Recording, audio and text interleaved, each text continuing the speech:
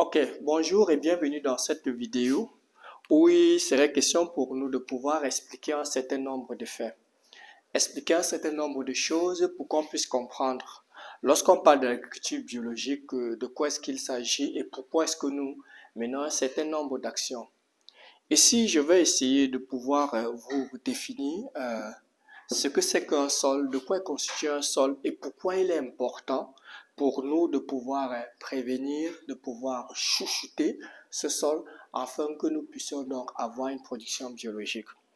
Et lorsqu'on parle de cela, ce qui est important de pouvoir retenir, c'est que au niveau de l'agriculture, au niveau du sol, le sol est constitué, lorsqu'on prend la composition du sol, est constitué de 50% de minéraux, que ce soit donc les différents minéraux qui constituent la composition des argiles et tout. Ça constitue donc 50% donc des minéraux qui la constituent. Et puis nous avons donc 23% d'eau. Donc un sol est constitué de 50% de minéraux, 23% d'eau, 22% d'air, c'est-à-dire les différentes airs, parce que lorsqu'on prend donc un sol, il faudrait donc que l'air puisse circuler et l'espace et l'air qui ça constitue donc 22%. Et enfin, on a juste 5% de matière organique. Bon, lorsqu'on dit 5% de matière organique, il peut y avoir donc des sols qui ont plus, bon, en moyenne, 5, il y a même d'autres au niveau de l'Occident où parfois ils sont à moins de 2%.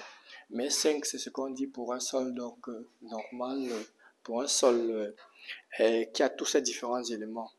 Ce qui se passe, c'est quoi? C'est que sur ces 5% de matière organique qui se trouve donc en dessous en surface, donc la terre arable, l'agriculture chimique vient donc détruire tout cela.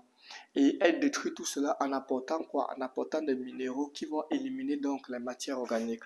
Pourquoi est-ce que je vous explique cela?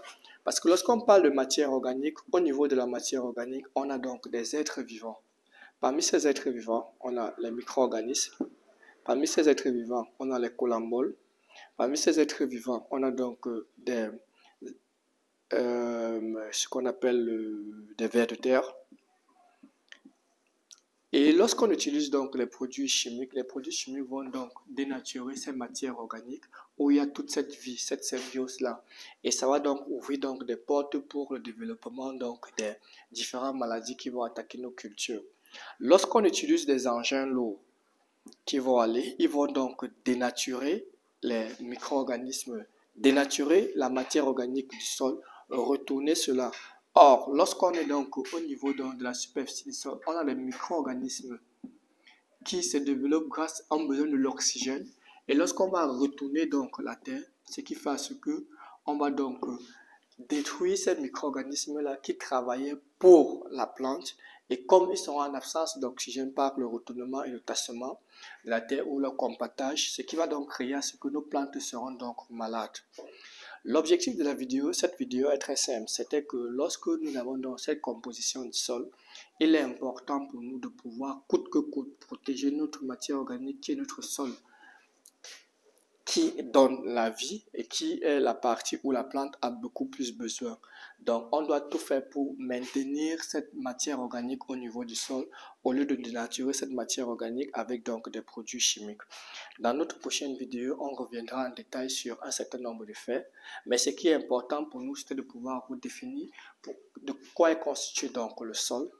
Pourquoi il est important de pouvoir prévenir cela? Pourquoi est-ce que nous devons éviter d'utiliser et les engrais chimiques, et les herbicides, et les insecticides, et les fongicides? Parce que les herbicides vont tuer toute cette vie qui est au niveau du sol, micro-organismes, coléoptères, vers de terre, et j'en passe.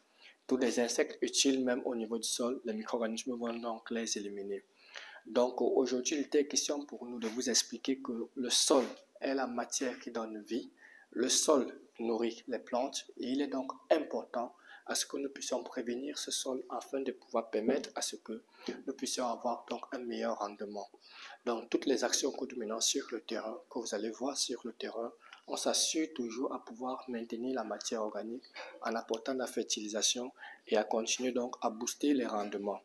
Merci d'avoir écouté cette vidéo et à nous revoir à la prochaine vidéo pour des meilleurs conseils et astuces.